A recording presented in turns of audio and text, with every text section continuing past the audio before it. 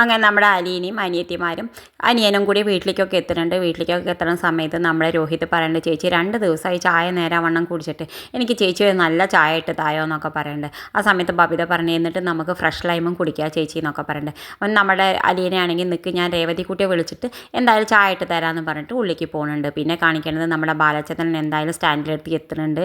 അവിടെയുള്ള കടക്കാരനോട് ചോദിച്ച് മനസ്സിലാക്കേണ്ട അവൻ്റെ വീടൊക്കെ. എന്തായാലും അവൻ്റെ വീട്ടിലേക്ക് എത്താറാകുമ്പോഴേക്കും കുറേ നായ്ക്കളും നായ്ക്കളാണെങ്കിലോ സ്റ്റാൻലി പറയുന്നത് എന്താ പറയുന്നത് വെച്ചാൽ അതനുസരിക്കുന്നുണ്ട്. ചാടാൻ പറയുമ്പോൾ ചാടുന്നുണ്ട്, ഓടാൻ പറയുമ്പോൾ ഓടുന്നുണ്ട്, സ്റ്റാൻഡിലെടുത്ത് വന്ന് കിടക്കാൻ പറയുമ്പോൾ കിടക്കുന്നുണ്ട്.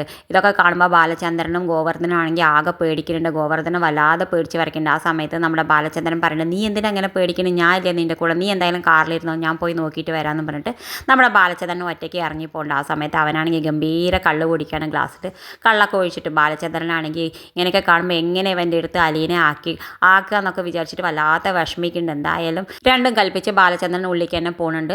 സ്റ്റാൻലി ആണെങ്കിൽ ആരാന്നൊക്കെ ചോദിക്കുന്നുണ്ട്. എന്തായാലും ഉള്ളിലേക്ക് വിളിച്ചിരുത്തുന്നുണ്ട്. ഇത് കാണിച്ചുകൊണ്ടാണ് ഇന്നത്തെ പ്രൊമോ അവസാനിക്കേണ്ടത്. ഇതുപോലെ പ്രൊമോ വിശേഷങ്ങൾ നിങ്ങളുടെ മുന്നിൽ എളുപ്പത്തിൽ എത്താൻ ഈ ചാനൽ ഒന്ന് സബ്സ്ക്രൈബ് ചെയ്യാൻ മറക്കരുതേ.